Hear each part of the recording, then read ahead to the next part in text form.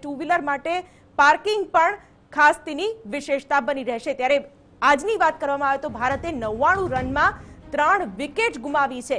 ભારતે ગિલ અને પુજારા તેમજ કોહલીની વિકેટ ગુમાવી છે અને ખાસ તો ઇંગ્લેન્ડની ટીમ પ્રથમ ઇનિંગમાં 112 રન બનાવીને ઓલ આઉટ થઈ ગઈ, કારણ કે ભારતીય બોલરના તરખાટ સામે તેઓ ના ટકી શક્યા। ભારતના સ્પિનર્સ આગળ ઇંગ્લિશ બેટ્સમેનો બેદમ રહ્યા છે।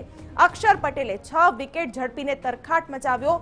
બીજી તરફ આર અશ્વિન અને ઈશાંતે પણ કમાલ કરી। આર અશ્વિને 3 વિકેટ ઝડપી, જ્યારે કે ઈશાંતે 1 વિકેટ ઝડપી હતી અને આજના દિવસે ભારતે 99 રનમાં 3 વિકેટ ગુમાવી છે, જ્યારે કે ઇંગ્લેન્ડની ટીમ 112 રન બનાવીને જ ઓલ આઉટ થઈ ગઈ છે। એટલે કે આજના દિવસે ભારતીય ટીમનું ઉત્કૃષ્ટ પ્રદર્શન અને ઇંગ્લેન્ડની ટીમ 112 રનમાં ઓલ આઉટ।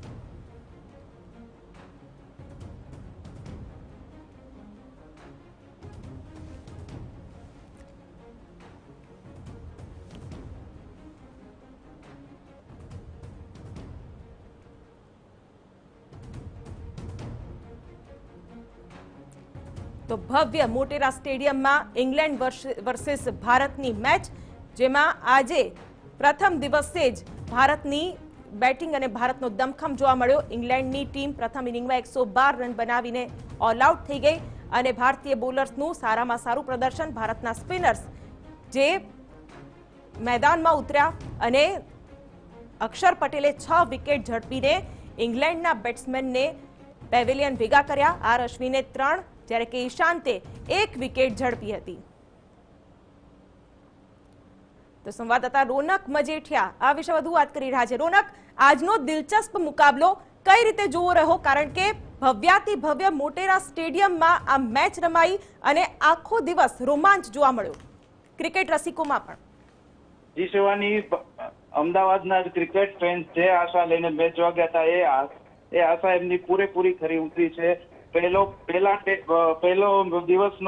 દિવસની રમત સંપૂર્ણપણે ભારતીય ટીમના નામે રહી છે અને ભારતીય ટીમે ઇંગ્લેન્ડની ટીમને માત્ર 112 રનમાં ઓલ આઉટ કરી દીધી છે અને ભારતીય ટીમનો સ્કોર પહેલા દિવસના અંતે 99 રન માત્ર 3 વિકેટના સ્કોરે છે, એટલે માત્ર 13 રન દૂર છે ઇંગ્લેન્ડના પહેલી ઇનિંગના સ્કોરથી। અને આવતીકાલે ભારતની ટીમ મોટી લીડ મેળવે તેવી શક્યતા છે અને આવતીકાલે વધુ પ્રમાણમાં ક્રિકેટ ફેન્સ મેચ જોવા જાય અને ભારતીય બેટ્સમેનોની તેમને બેટિંગ જોવા મળશે તેવી પૂરેપૂરી શક્યતા રહેલી છે। બિલકુલ રોનક, ખાસ તો જે પિચ છે જે સ્પિનર્સને અનુકૂળ છે, આજે પણ ભારતના સ્પિનર્સ અશ્વિન હોય કે પછી ઈશાંત હોય, આ તમામ જે બોલર્સ છે તેઓએ જે રીતનું પ્રદર્શન કર્યું છે તે આજે ખૂબ જ સૂચક રહ્યું છે।